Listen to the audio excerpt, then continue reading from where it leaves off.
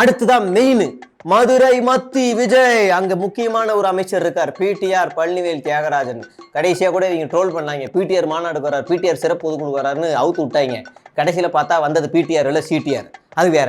அப்ப இவரு பழனிவேல் தியாகராஜன் அவர் எவ்வளவு வாக்குகள் வாங்குறாருன்னா 73,215 வாக்குகள். அதிமுகவை சேர்ந்த ஜோதி முத்துராமலிங்கம் 39,029. மக்கள் நீதி மையத்தை சேர்ந்தவங்க 14,000 வாக்குகள். இப்ப இது ரெண்டுத்தையும் சேர்த்தா கூட குறைந்தது 1,00,000 வாக்குகள் திமுகவுக்கு இப்ப இருக்கும்னு வச்சுக்கலாம்.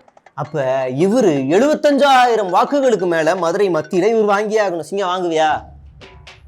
நீயே முதல்ல தேர்தல் பிரச்சாரத்தை போவியான்னு தெரியல. இதுல எவன் அங்க நிப்பாட்ட போற? இல்ல நீயே நிப்பாட்டினா கூட டப்பா டான்ஸ் ஆடிருமே. சிங்கம் என்ன பிளான் வச்சிருக்க?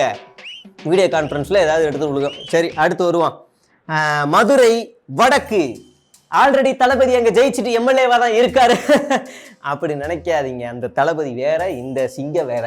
அவர் திமுகவை சேர்ந்த ஜி தளபதி. அவர் அந்த இடத்துல 73,010 வாக்குகள் வாங்கியிருக்கிறாரு. பிஜேபி பி சரவணன் 50,000 வாக்குகள் கிட்ட வாங்கியிருக்காரு. இந்த பி சரவணன் யார் அப்படின்னா, முத திமுக, அப்புறம் மதிமுக, அப்புறம் மறுபடியும் திமுக, அப்புறம் மறுபடியும் பாஜக, அப்புறம் அதிமுகன்னு இப்போ பல கட்சிகள் மாறின ஒரு நபர்.